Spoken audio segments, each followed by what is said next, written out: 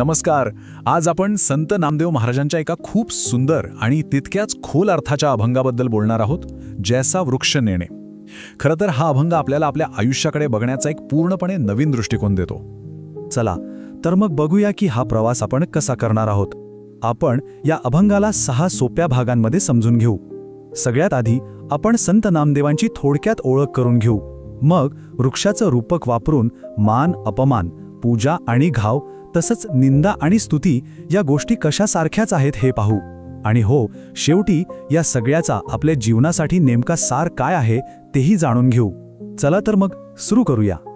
तर बघा, कुठल्याही रचनेच्या मुळाशी जायचं असेल ना, तर आधी तिच्या रचनाकाराला समजून घ्यायला हवं, नाही का? म्हणूनच आधी आपण संत नामदेव महाराजांबद्दल थोडं जाणून घेऊया. संत शिरोमणी नामदेव महाराज, विचार करा, 13व्या शतकातले हे एक महान संत होते.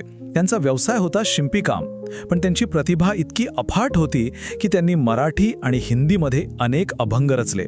आणि त्यांचं कार्य किती मोठं होतं हे या एका गोष्टीवरूनच कळतं की शीख धर्माचा जो पवित्र ग्रंथ आहे, गुरु ग्रंथ साहेब, त्यात त्यांची तब्बल 61 कवने समाविष्ट आहेत.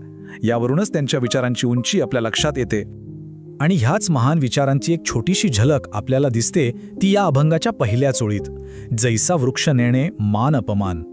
म्हणजे काय की जसं एखादं झाड मान आणि अपमान यातला फरकच जाणत नाही. खरं तर ही एकच ओळ या संपूर्ण अभंगाचा पाया आहे. चला तर मग ही जी मुख्य कल्पना आहे ना, की झाडाला मान अपमानाची पर्वा नसते, ती जरा खोलात जाऊन समजून घेऊया. इथे नेणे हा शब्द खूप महत्वाचा आहे. याचा सरळ सरळ अर्थ होतो जाणत नाही, किंवा आपण असंही म्हणू शकतो की त्याला काही फरकच पडत नाही.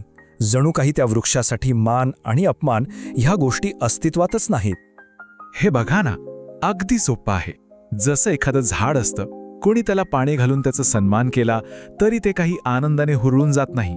आणि समजा कोणी त्याचा अपमान केला तरी ते नाराज होत नाही, दुःखी होत नाही. संत नामदेव म्हणतात की खरा संत अगदी असाच असतो, या झाडासारखाच, सन्मान आणि अपमानाच्या पलीकडे पोहोचलेला. आता नामदेव महाराज हेच उदाहरण अजून एका वेगळ्या पातळीवर घेऊन जातात. ते 2 अगदी टोकाच्या कृतींबद्दल बोलतात, पूजा आणि घाव. विचार करून बघा, आपल्याकडे वटपौर्णिमेला वडाच्या झाडाची पूजा केली जाते, त्याला सजवतात. पण या सगळ्या पूजेने त्या झाडाला काही विशेष आनंद होतो का? नाही, ते तसंच शांत स्थिर उभं असतं. आणि आता याच्या अगदी उलटं बघा. जर कोणी कुऱ्हाड घेऊन तेच झाड तोडायला आलं तरी ते झाड काही त्याला विरोध करत नाही किंवा त्या माणसाचा रागही करत नाही. म्हणजे बघा, पूजा करणारा आणि खाऊ घालणारा या दोघांबद्दलही वृक्षाच्या मनात कुठलीच भावना नसते, ना आनंद ना राग. याच स्थितीला स्थिरता म्हणतात. आणि संत नामदेव आपल्याला याच स्थिरतेबद्दल सांगत आहेत. ठीक आहे, हे झालं कृतीबद्दल. आता संत नामदेव शब्दांबद्दल बोलतात, म्हणजे निंदा आणि स्तुतीबद्दल. निंदा म्हणजे वाईट बोलणं, टीका करणं, आणि स्तुती म्हणजे कौतुक करणं, वाहवा करणं. आपल्या सगळ्यांच्या आयुष्यात या 2 गोष्टींचा किती परिणाम होतो नाही का? कुणी चांगलं बोललं की छान वाटतं, वाईट बोललं की दिवसभर मूड खराब राहतो. पण संत नामदेव काय म्हणतात बघा, जो खरा संत असतो ना, ज्याला ते पूर्ण धैर्यवंत म्हणतात, तो निंदा आणि स्तुतीला सारखंच मानतो. त्याच्यासाठी दोन्ही एक समान आहेत. कौतुकाने तो फुगत नाही आणि टीकेने खचतही नाही. कमाल आहे ना?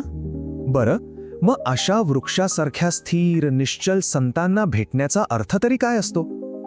याचं खूप सुंदर उत्तर नामदेव महाराजांनी अभंगाच्या शेवटी दिलंय.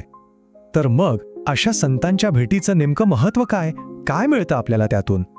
आणि इथे संत नामदेव अभंगाचा अगदी कळस गाठतात. ते म्हणतात, नामा म्हणे त्यांची जरी होय भेटी, तरी शिवा भेटी घडली जाणा. याचा अर्थ काय? की जर अशा स्थितप्रज्ञ स्थिर संतांची भेट झाली ना, तर असं समजा की साक्षात परमेश्वराशी, साक्षात शिवाचीच भेट झाली आहे. केवढं मोठं महत्त्व दिलंय बघा या अवस्थेला. तर मग या इतक्या सुंदर अभंगातून आपण आपल्या रोजच्या जगण्यासाठी काय शिकू शकतो? काय सार आहे याचा? या अभंगाचा सार खरं तर 3 सोप्या गोष्टींमध्ये आहे. पहिलं म्हणजे मान अपमानाच्या पलीकडे जायला शिकणं. दुसरं, कोणी वाईट बोललं किंवा कौतुक केलं तर त्यानं विचलित न होणं. आणि तिसरं, जे सगळ्यात महत्त्वाचं आहे, ते म्हणजे झाडासारखं स्थिर राहून शांत चित्ताने आपलं आयुष्य जगणं.